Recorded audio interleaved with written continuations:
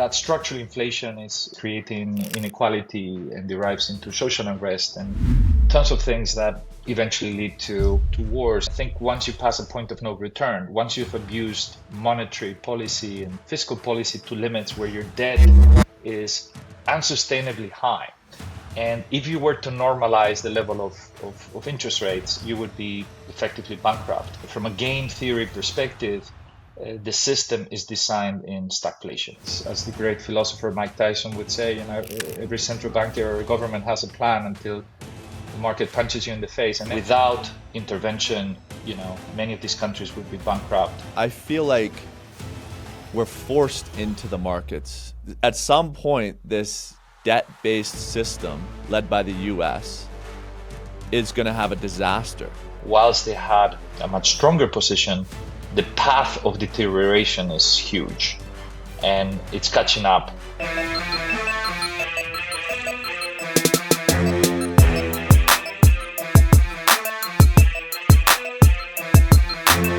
Before we get started, this isn't financial advice. Know your risk tolerance, do your own due diligence, and speak to a financial advisor. All right, welcome back to another pod. My guest today didn't start his career on a trading desk. He trained as a mining and petroleum engineer, studying the economics of what the world pulls from the ground: gold, oil, copper, gas, and so forth. Long before managing billions or writing about his anti-bubbles, Diego Parrilla was focused on something I think most investors often ignore, which is the hard limits of supply. And more importantly, what happens when central banks and the credit markets pretend those limits don't exist. So while policymakers talk soft landings and central bank credibility, I think Diego sees a different story playing out, one where strategy, energy, metals, and food supply may even expose some of the cracks in a system that's stretched by debt, and now colliding with a possible new regime of stagflation. So over the past 2 decades, Diego's worked across London, New York, Singapore, and Madrid, holding senior roles at JP Morgan, Goldman Sachs, and Merrill Lynch before joining Quadriga Asset Managers as its CIO. So today we'll dive into the potential storm that may be ahead and why some commodities may already be flashing some systemic warnings. So Diego, welcome to the pod. Thanks for having me, Aaron. Pleasure. Let's jump right into it. I've followed a lot of commentary for the past year or so. And what seems to stand out to me about how you break things down is you're consistently logical about kind of challenging consensus thinking. I think it's pretty rare to find someone who bridges engineering, markets, and macro as clearly as you do. So on that, what I want to know is, are we already living through kind of the early stages of global stagflation? And if so, what are the markets still kind of refusing to price in your view? I think when you take a very big picture about what's happening, not talking about days or weeks or months, or years, I'm talking about decades. In some ways, basically what I think has been happening is there's a massive misconception in the system, which is built upon this view that you can actually print and borrow your way out of trouble. And that's really, mommy and daddy, as I call central banks and governments. Every time we face a problem, we tend to respond with more of the same. And we may not fully appreciate that, but, whether it's a pandemic or a war or a regional banking crisis or pretty much any type of crisis is always met with some combination of printing and debt, i.e. monetary and fiscal. And what happens when you do that is you're not really solving the problem. You're just doing 4 things. You're kicking the can down the road. You're delaying the problem. You're creating these intergenerational issues, number 1. Number 2, we are transferring the problem. So both currency wars and trade wars are mechanisms by which we are passing the issue around. Bigger than neighbor currency wars were about creating competitive advantage through devaluations, and that created a spiral of monetary abuse in devaluation. And then in some ways, what we're witnessing now with trade wars is almost the mirror image. Is, if you devalue by 20%, I'll tariff you by 20%. It's sort of fighting back. And the third thing that's happening beyond delaying and transferring the problems, we transform the problem. And I think it's no mystery, or it shouldn't be a surprise, that when you print in trillions and trillions and trillions and trillions of paper, effectively you're creating inflation. And that structural inflation is creating inequality and derives into social unrest and tons of things that eventually lead to wars and bad things happening. And the last 4 point I make is that it's not a zero-sum game. It's actually we're enlarging the problem. And that's why I think once you pass a point of no return, once you've abused monetary policy and fiscal policy to limits where your debt is unsustainably high, and if you were to normalize the level of interest rates, you would be effectively bankrupt. That creates a situation where the only way to keep the system going is effectively by artificially holding it through things like yield curve control, which I think is and will be one of the key macro acronyms to watch ahead. And what that does is once again, we're not solving the problem, we're just transforming the problem. We're transforming a credit problem into an inflation and currency devaluation problem. And this is the reason why I think stagflation is, from a game theory perspective, the system is designed in stagflation. If you had truly independent central banks and that were effectively doing things in the right way, and they were in some ways letting things fall, but faced with systemic collapse, 100% of the time central banks and governments will step in, and that's why we're in that situation. So what are we missing? We're missing, I think the way I would summarize this is in some ways inflation is like the entropy of the universe, right? Linking to my engineering hat is third law of thermodynamics. It just says the entropy of the universe always increases. I think inflation always increases. Even if you see or perceive some sort of short-term cyclical deflation, what you get is the opportunity to print even more so that it feels unnoticed. And this is a first mover advantage, for governments that are effectively issuing a huge amount of debt and they need to repay less in real terms. And so I think this entire financial party is being financed by frogs in boiling water, by investors in fixed income and cash who we don't fully realize how the purchase power of our savings is collapsing and it's not being covered. And I think that's perhaps what we're missing. You think about, and the system is built on this perception of stability and deflation and inflation, when in reality, these forces are pretty much one way. There are tons of ways in which we're getting fooled by inflation in some ways. And why, in some ways, it's so hard to fight equities. Ultimately, equities, faced with equities or credit, one feels more like a call option, being long a call, the other one's more like being short a put, but beyond the payoff profile, the unlimited versus bounded, you have inflation, and I think when we think about what will I buy with $100 or euros that this 10, 20, 30-year bond will pay me back, I don't think you'll buy much at all. And so I think I agree with your view on stagflation. I think it's very much how the system is designed. And as the great philosopher Mike Tyson would say, every central banker or government has a plan until the market punches you in the face. And every single time we resort to the same issues, which is ultimately more printing, more debt, which means, we're digging an even bigger hole. And eventually this thing ends up in stagflation. That's how the movie and how this works, in my view.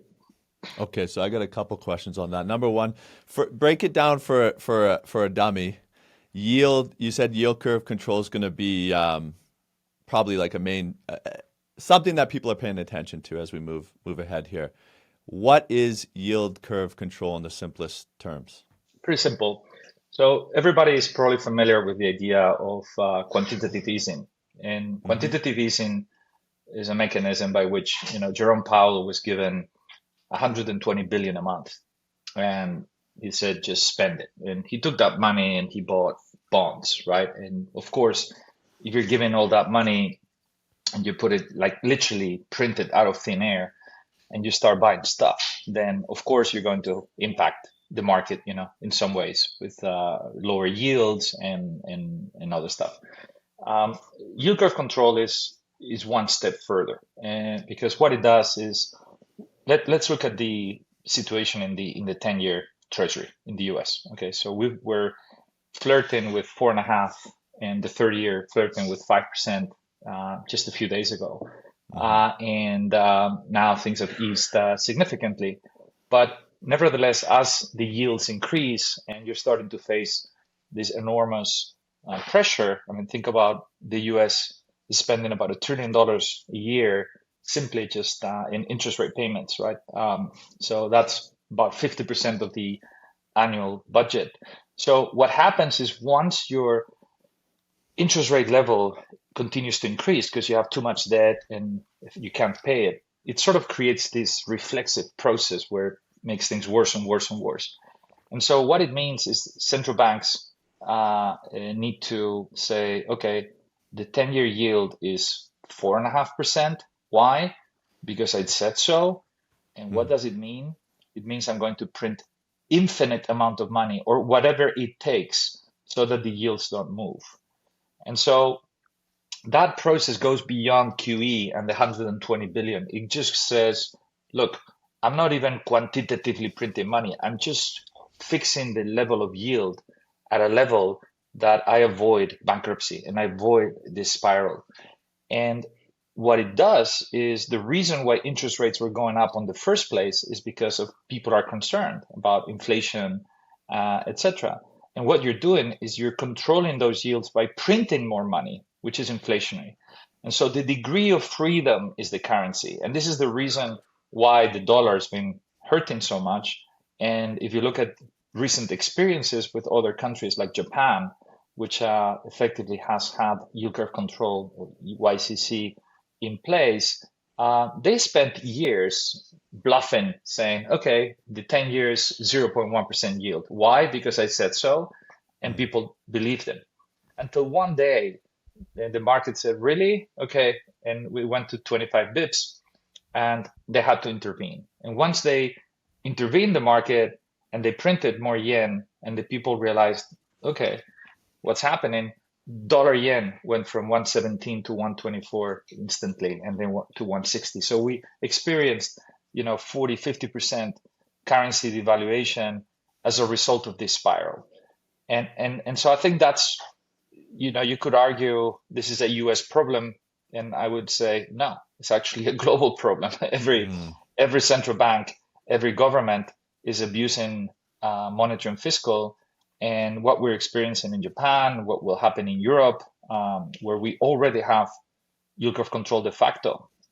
I mean, when they introduced the first jumbo hike from minus 0.75 to zero, people were completely scared. I mean, how idiotic, that we were with negative nominal yields.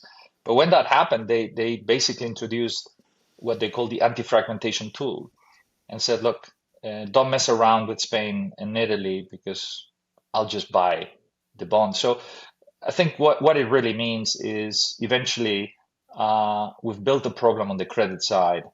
Without intervention, many of these countries would be bankrupt. If you get a spiral of yields getting out of control because of inflation expectations or as frogs jumping out of the boiling water, that's when you require an intervention. And that really is what set Trump to act. It was obviously painful on the equity side, but I think it was the fixed income put that really kicked in, and that's been also important to note because what's happened in the U.S. in the last couple of months is the problem started in the fixed income market. The problem started in the credit side of the credibility, and you saw behavior that is more from emerging market like than a developed market. You saw fixed income down, equity down, dollar down. This trifecta, which really only happens in places where there's loss of credibility in the system. And so I think yield curve control, it's going to be a domino effect. Right now, things feel very calm. Markets are high. There's some pressure off. Central banks and governments are extremely creative. They will come up with another funky acronym. They'll call it whatever you like. Operation Twist, Operation whatever. Yeah. But when you actually breaking down into what they're really doing is they're doing more of the same. They're just printing and borrowing their way out and pretending that, hoping that they can fool us frogs into staying in this bath. But I do think again it's already there, and it's in some ways might already be happening. But I think if things get bad, then it will become a lot more prominent. Now it's interesting because, just on the private side, as a individual investor, I feel like we're forced into the markets to find a return, because I'm obviously in the stagflation camp as well, and I think inflation is here for the long term. So I feel forced to take risks, buy assets, buy equities, just because of that environment that they've created. But I also, in the back of my head, and I've seen this go on now for the last 20 years. I remember 15 years ago when the debt was 10 trillion and people were like, this is out of control, or 20 years ago, this is out of control. Now it's 35 trillion. They're projecting 40 trillion, in the near term. They have expected to be, I think, a $2.5 trillion budget deficit this year in the US. What I'm trying to say is, I feel forced to put my capital to work in equities, commodities too, but I just feel like I have to put my capital to work. I have to take risks because of the environment that they've created. But I also have in the back of my head, this is going to, at some point, this debt-based system led by the US is going to have a disaster. But then I look at the context of, to your point, every country, every central bank is virtually in a similar position, right? So does that make the U.S. able to survive longer on this unsustainable path? And this is what goes on in my head, because I feel forced into the markets because I don't want to sit in cash. I don't want to sit in treasuries. I like commodities too, of course. But I wonder how long this debt game can go on for. I've been hearing, it's over for the last decade, and the equities keep surging because it's an inflationary environment. Commodities have done well. I just don't know. Like, you can't afford to not be in the market if this goes on for another 5 years. So what's your thoughts on that? I think you're in this chess game. You're already ahead of most people, because I think we probably all eventually reaching the same conclusion. And I think once you realize, first of all, that real inflation and the loss of purchase power and the amount of money printing and all these things are very structural, then you realize, where you cannot be, i.e. the impact of cash and fixed income. And then I think in some ways you're right. I mean, we're being forced into taking risk, into real assets, into things that you can't print, and equities, are part of that answer. So to take your point further, if there's any wealth advisors or people that are listening to us, they probably sympathize a lot with this point, because if you think about a prudent advisor who says, look, there's a lot of risk in the system and maybe we should be careful, and let's just go safe and let's just go into cash or bonds or whatever, and you're out of the markets, my question would be, okay, so what's your stop? I mean, when are we wrong? What's the point? And I think today is interesting. As we speak, the S&P is making new all-time highs, and a couple of months ago it looked like the end of the world, right? So if Mm-hmm. you were a prudent guy and you decided to be underweight or prudent in stuff, you're being dragged in, Mm-hmm. or worse, think about trend following stuff. You know how they're being Yeah.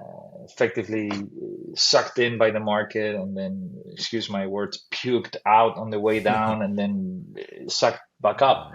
Yeah. And I think it's a challenging environment. But to your point on, you have to have a structural position in risk assets. And if you and I agree that inflation is a problem, then the utility of and the reliability and the reactivity of fixed income as a defender has dramatically been reduced. And so, that doesn't mean that you can just be long risk assets and forget about it, because there's tremendous amount of risk, and these things can explode. So that's kind of the reason of why we do what we do. I mean, I'm a manager that specializes in volatility and tail risk, and for the longest time, in our main core added value or service to our clients is if I use a soccer analogy, because I'm Spanish, we play goalkeeper in that Mm-hmm. role. But I think ultimately, it's important to create these teams where you have your long equity and the protection together. And Mm-hmm. uh, and I think that has to be, something you run together with the view that, look, I cannot not be long, right? I Mm-hmm. on a 5, 10, 20 year horizon, I have to be long, but that doesn't mean I do it completely without protection, or I do it in a way where I'm pretending I have a crystal ball and I can, perfectly time out of one thing and another. Because most people are getting chopped with some Mm-hmm. of these trends and short gamma, short volatility. So I think the answer is, yeah, I think it's better to have a barbell of, risk on and what I call upside alpha and downside alpha. And then you do that in a way that you have the ability to actually basically rebalance the portfolio. The idea of having goalkeepers and great protection in the portfolio, it's not so much out of fear. It's not like, oh my God, if the market's down 20, it's okay. If the market's down 20 and I have something that made me 20 on that event, then I can monetize and then buy, bargains, and vice versa. So the whole idea of my second book, the bubble anti-bubble framework, it's exactly about that. It's about embracing volatility. It's about creating portfolios of strikers and goalkeepers that effectively, position you for this. I'm not going to say irrational, but this structural inflation and potential. Who knows if the S&P Mm-hmm. is going to be at 8, 10, or Yeah. 20K in Yeah. 10 years. I have no idea. But if it does, I'm sure there'll be a lot of great technologies and things but I'm sure there'll be a tremendous amount of inflation and dollar effects or denominator effects. So Mm-hmm. I think we'll reach the same conclusion. I don't have a crystal ball.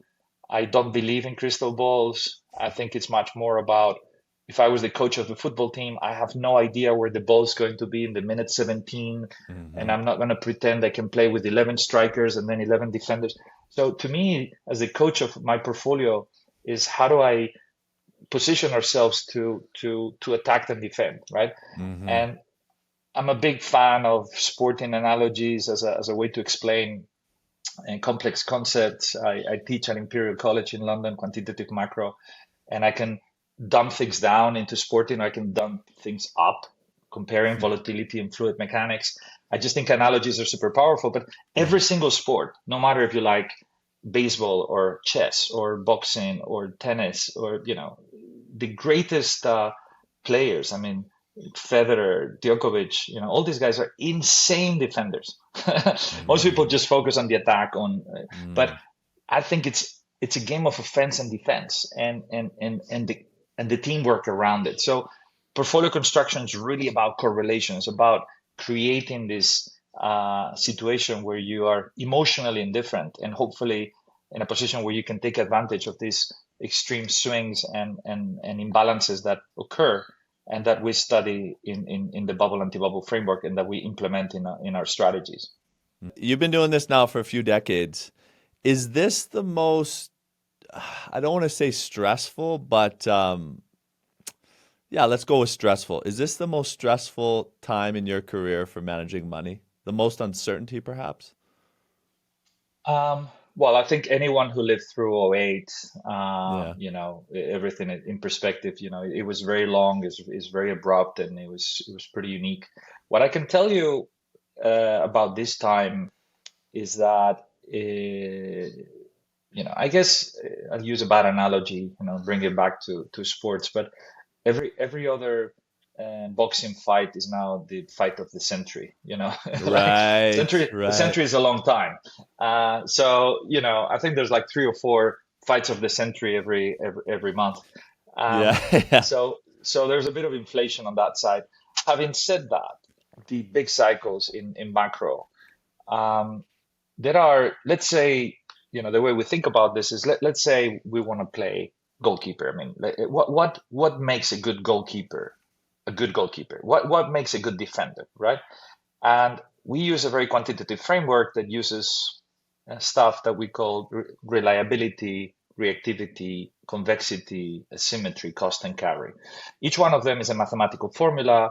They're conditional formulas. So reliability is what's the probability that you will protect me when I need you to protect me, i.e., when the market's down one standard deviation or two or three. Like the bigger the crash is, like you're running a car, it's like how reliable is my defense? My Mm, seatbelt, my airbag, my sidebars. It really, you want something that the bigger the accident, the more yeah, protection you get, right? yeah. So in that sense, how do you measure what you have? And the problem with fixed income is that we've had this the reliability of duration and the reliability of the dollar as portfolio defenders has suddenly switched. So some of the things in your car that were meant to protect you and for the longest time have protected you have suddenly, like having a bug in your GPS, and Hmm. or something that it's like, what the hell's going on? So I do, first of all, if you've been around for a long time, we've seen crises that are, much, much, much, much, much bigger and incredibly more impactful in many dimension. I think 2008, from my perspective, was the biggest. Yeah. But beyond that, I think we're witnessing pretty unique things in the sense that the framework that we started discussing earlier um, seems to be accelerating in some ways, and some of these limits might be tested. And whilst there's complacency around, yeah, we used to have a problem with debt, and there's this sense that you can just keep pushing and pushing and pushing. I think eventually things start to crack, and as they do, things accelerate. And in order to stop it, you need to print even more. I mean, you Hmm. remember QE1, right? And then Yeah, oh yeah. QE2 and Bernanke. QE3. QE1 was 700 billion. Hmm. I mean, that's kind of the daily P&L in Tesla, Yeah. whatever. Somehow it's like, and at the time it was like we thought Controversial. we were just, we signed our death with Yeah, inflation, and now it's like yeah. noise, right? QE2, which I think was in some ways just justifiable but a mistake, created that addiction. And QE3 was literally called QE infinity. I mean, Yeah. as the market gets used to them, you start to effectively require more and more and more. So long story short, I think this is a unique time in history. Some of the changes in behavior on certain assets make very difficult portfolio construction, in the sense that portfolio construction is really about correlations. Hmm. It's how do you behave, and particularly not on average, but during the crisis. And if the role of certain players which have played defender is switching, and it's now much less predictable, I think that leads to volatility and trouble ahead. Is this, a narrative? The dollar short is becoming super consensus, or is this real, right? Like non-dollar investors have woken up to the reality that when you buy S&P in unhedged, you could lose on the S&P and the dollar, and that's why I think it's creating new problems that were already there, but we didn't pay attention to. So I think this game is keeps changing. I've been doing this for a long time, and I think there's always something new, some complication. But I must admit, it's one of the most open markets that I remember. But at the same time, there's things are happening very fluidly, and what we're seeing right now in the Middle East and others are also game changers in other directions. Yeah, so I want to get into kind of the game changers, but first, you've warned that, commodities are often the first kind of to expose sort of cracks in the system. On that front, what is gold and oil telling us right now that that some may be missing? Because they're kind of two. Oil seems like, yeah, very different stories. yeah. So what? Because oil, it's kind of telling us, we're going to have muted economic growth. There's concern about demand, and then you have gold, which is saying, we're in a extremely inflationary period, probably here for the long term. So, what's your take on that? What are they telling us right Look, I've now? written one book on each, so I can tell you some thoughts, and I think those, when you think about the world in a very simplistic way, and we just think commodities as one unit, I think there's going to be a lot of dispersion. But let's start with gold, and I think the story of gold is part of this stagflation discussion we've had. It's much more about as Voltaire once told us, the paper currencies eventually converge to their intrinsic value, which is paper. And this was already a long time ago. So I think in some ways gold, in my book, when I called it, gold's perfect storm, already in 2017 with negative nominal yields, I think the writing was on the wall. You could see that some of the abuse, the monetary and fiscal abuse, would result in these dynamics that we're witnessing. And again, is the framework you and I just discussed. I don't think this is going away. The market has become quite long. It's been an incredibly strong and high performing trade. Right now, if you start to take some of the drivers, such as inflation's easing, you might cut, geopolitical risks might be disappearing. It looks like treasuries are under less stress, etc., etc. I think some of the weaker hands will be taken out, and that's part of the long-term consolidation story. But I said it a few years ago. I'll say it again. I think gold has a few $1,000s of upside and a few $100s of downside. And so I think the story for gold, in my opinion, over the medium long term is very solid. And we could we'll be talking in 5K, 10K in the next few years. There are physical considerations and mining production and tons of things that will impact it, but I think gold is uniquely positioned to emerge as the monetary asset of choice. And I'm not going to get into the crypto space and whatever, but I do see gold playing a critical role.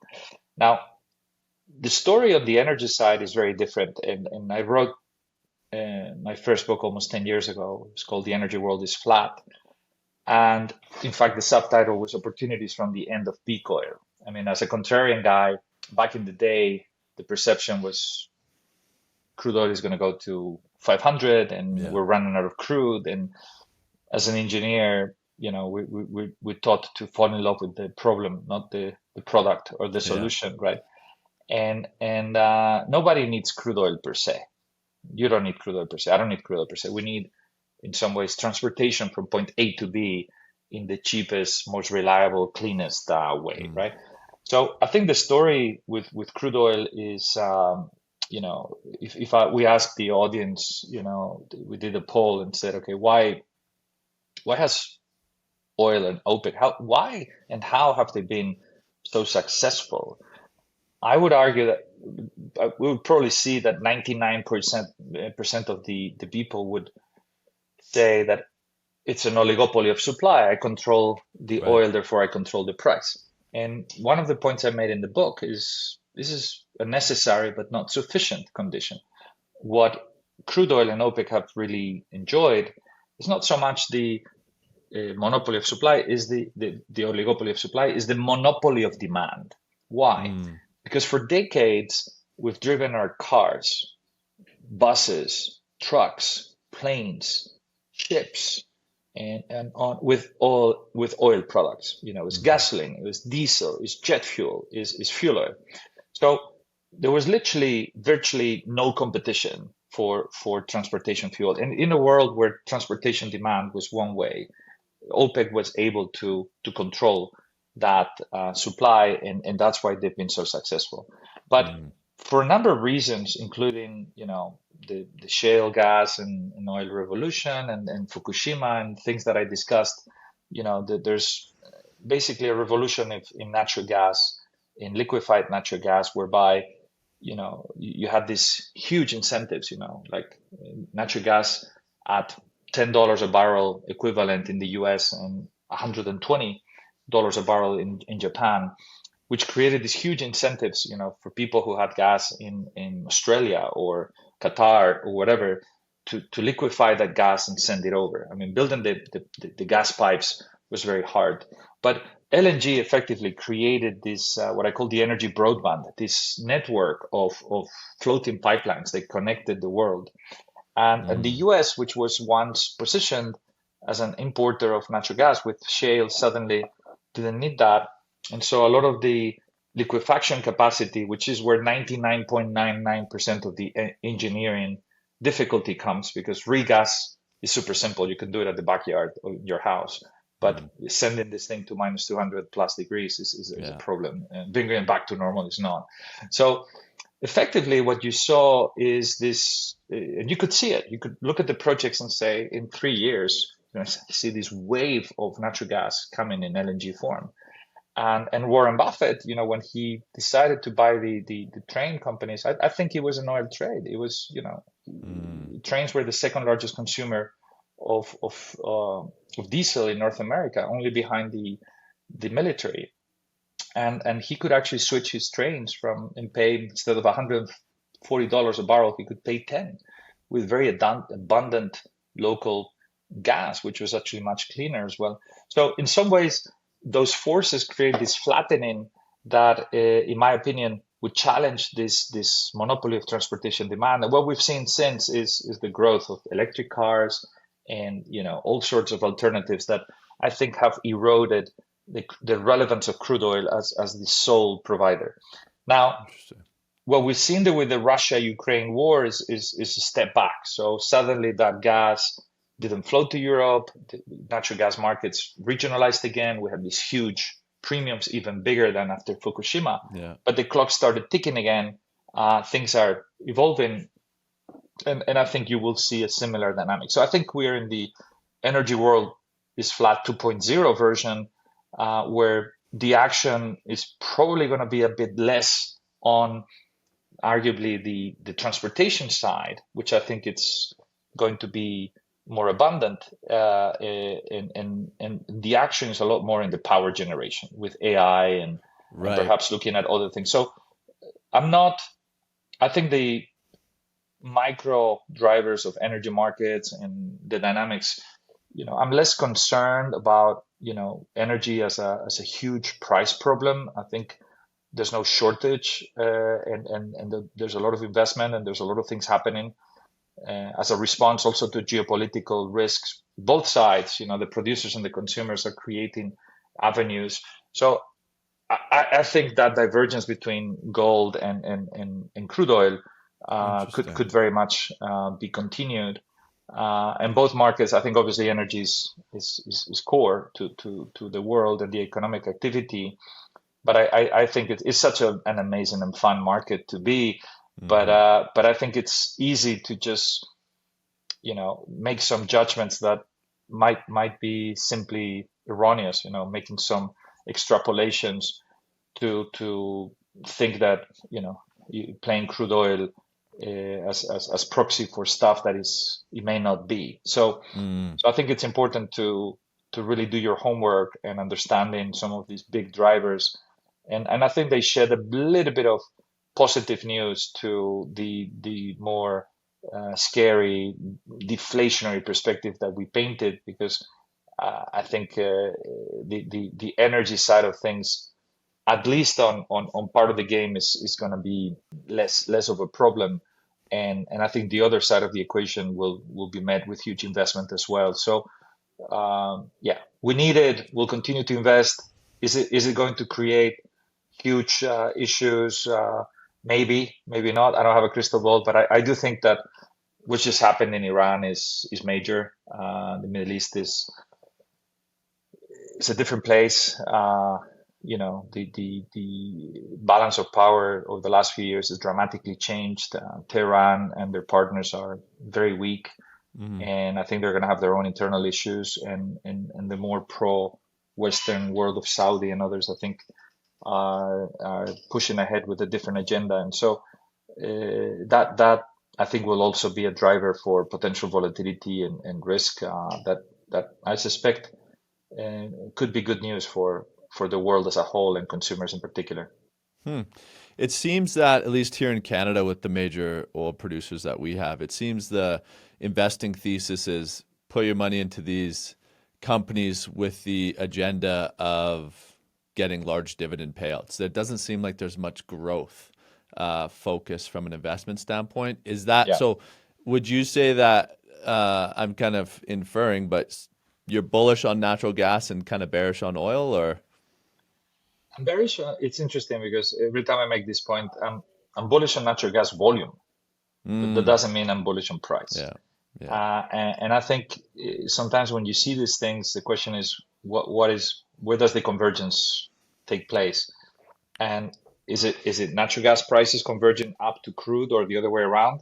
I think the pressure is on for crude, arguably a bit lower, but time will tell. I think these are super important industries. There'll be strategic investments. We can't keep our eye off the ball and pretend that someone else is going to solve the problem for us. And yeah, I think the point with the energy sector is that crude oil has enjoyed this kind of unique privilege relative to natural gas or coal or others that I think came from that monopoly of transportation.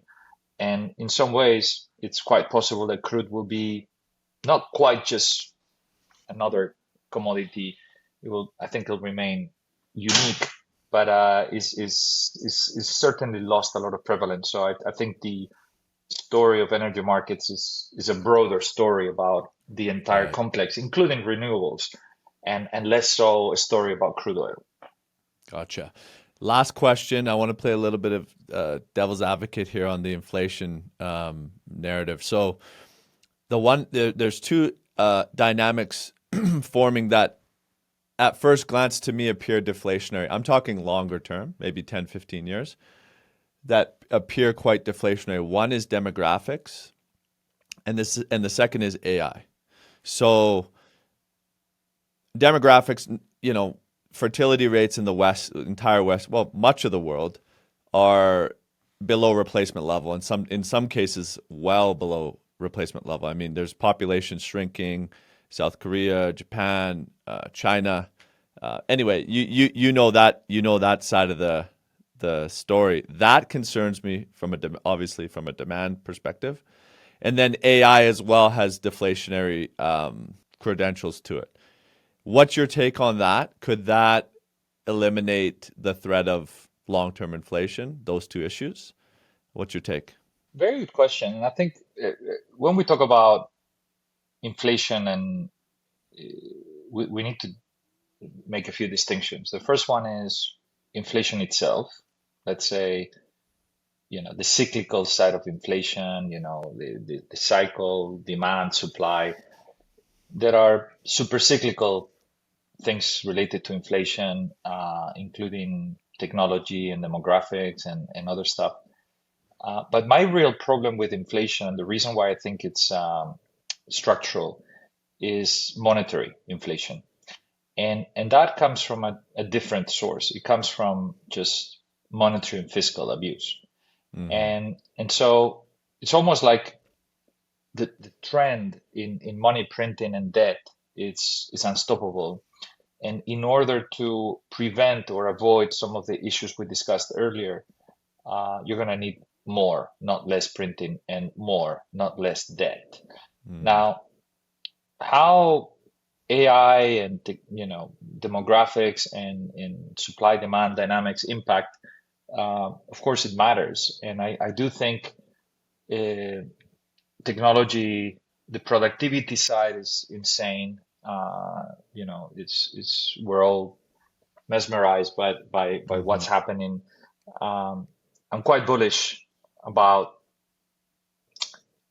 the opportunity set that is opening up, not just job destruction, and demographics. Again, I think the problem is what do you do with debt that you can't repay, and countries that have pyramids that are inverted, and that means the country is virtually bankrupt, right? So whilst you might see, demographics are bad for demand, my point is, you're gonna have to do something about the debt, and that would require more printing. So net, again, I think inflation and inflation expectations are hugely important, but I believe the damage is already done. And that monetary and fiscal abuse from the damage that has been done, it means that we've passed the point of no return. I think you can't quite assume that we're going to be able to just normalize things. I mean, places like Japan cannot normalize things. Europe has not been able to hike interest rates as much as the US. I mean, we can't even dream of being at 5%. I think we would be in deep trouble. And unfortunately for the US, whilst they had this much more, a much stronger position, the path of deterioration is huge, and it's catching up super fast. So I think, in this race to the bottom, in terms of who's abusing the system more, there are leaders by a long way, like Japan. I would argue China has huge issues. Europe is also struggling, not to mention the UK. But the US is gone from a situation where the optimistic side of the fact that the Fed was able to hike interest rates to 4.5%, 5% is, hey, we're strong enough, we can survive this.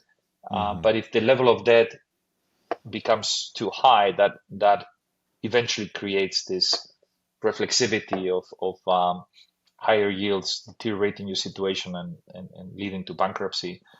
So others are in a much weaker situation to start with, but they've been more moderate about it. So I think the race is equalizing a lot, and yeah, I think the narrative today is the dollar is in the most trouble, but I think the dollar is, using derivatives lingo, is down but not out. It's we'll see how the movie ends, but it's insane and incredible how fast these narratives are changing. But yeah, I think that's how adds to your earlier question on how complicated this time is. I think it's not an easy. It's a very open playbook. Fluid, as you say. Diego, tell our viewers about your latest book and where they can find you online.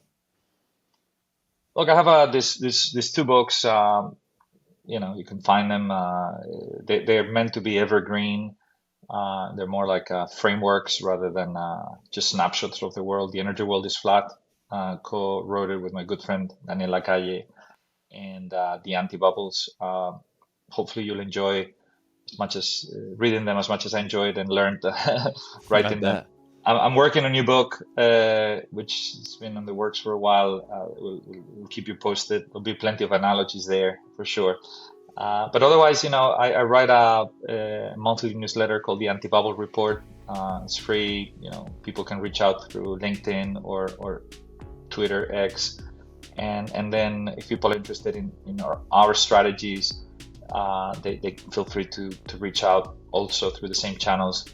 there's separate distribution lists. One is more, macro outlook. The other one is more strategy oriented. And we specialize in volatility, tail risk, macro, commodity, etc. But it'd be our pleasure to engage, and hopefully our ideas and strategies will be of help to the viewers.